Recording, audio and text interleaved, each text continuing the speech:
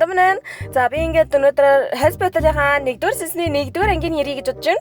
Би ингээд ер нь кино төлбөрлөө бол надад жоохон эрэлттэй юм шиг санагдаад. За тэгэхээр үзэж байгаа танд баярлалаа. За энэхүү анги маань нэг түүх төлбөрлөлтөөр эхэлдэг байгаа.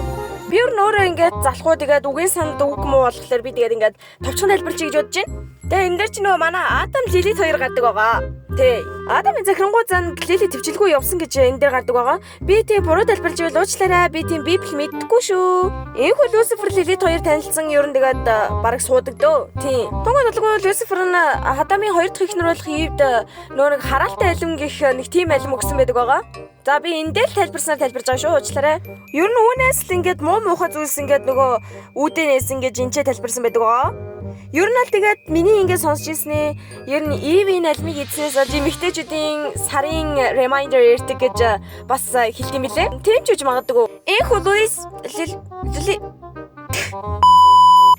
Люцифер Лилит хоёр маань тамийн хар нөхрөө унсан байдаг байгаа. Тий.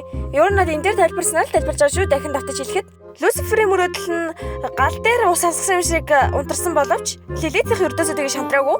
Лилит нь болохоор тамийн хүч чадал нь нэмэгдэх тусам өөрийнх нь хүч чадал ингээд дуу хоолоогоор нэмэгдээд явсан. Яа миний хоолой юу болчихвоо. Энэхүү дэваач маш аимшигтай шийдвэр гаргасан. Жил бүрд нөгөө нэг устгалын жил явуулдаг гэсэн. Тэр нь бол нөгөө нэг extermination day гэдэг одоогоор ярих та. Хэрэг тэгвэл нүгэлтнүүд тэдний өдөөс босч чадахгүй гэж бодд юм шиг үлээ. Лилитийн итгэл найдвар унтралгүй.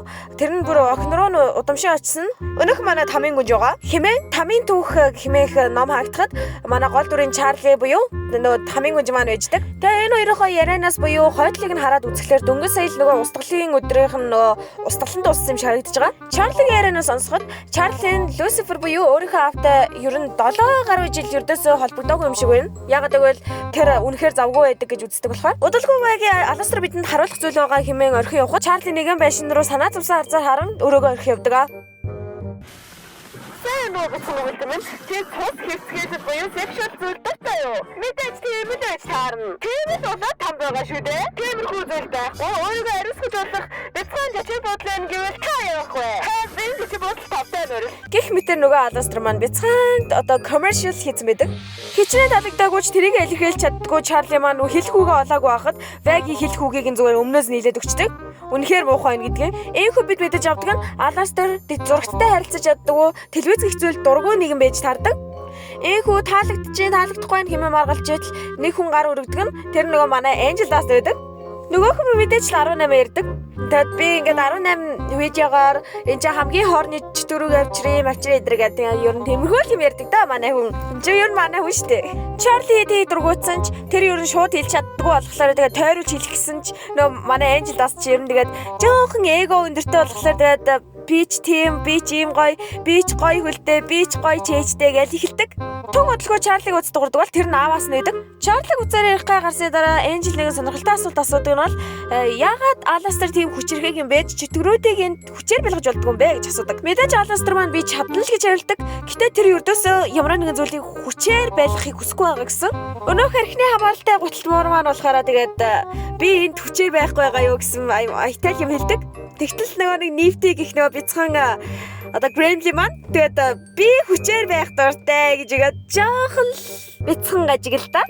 Хаскен эрс эсэргүүцлийг ер нь тэгээд Angel жоохон хоорны төчүүлээд явдаг. Энэ хоёр маань нотой ирээдүйд юу л болдог бол доо. Нөгөө тал Чарли маань үнэхээр баярлж идэг бол яагаад вэ гэхлээр нөгөө нэг Девачтай холбогдож болохоор болсон болдог. Вэгтэй энэ явдлаа баяртай хуваалцсан тэр дуулан гараа явдаг. Somehow I know it. I'll get heaven behind my plans. Charlie, hold on. There's just no way I could blow it. Not this once in a lifetime chance. It's just a me. Yo, энэ тухай битгий дуулаарай. Нөгөө л чи яваад өглөө. Тэрээрээ. Одоо тэр бүжлээ л ах шиг. Үгүй. There's a warm fuzzy feeling that walks through the air.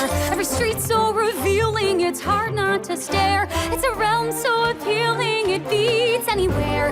If you don't mind the smell, it's a happy day in hell. And don't wear a frown, cause holy shit, oh my gosh, why?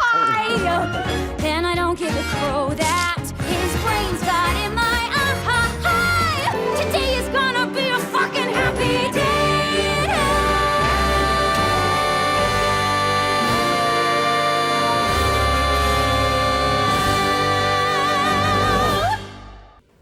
Сэмэнэ. Гэт миний дуу оруулсан хэсэг байдаг да.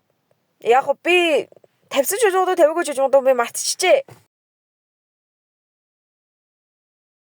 Фак залхуу урчлээ.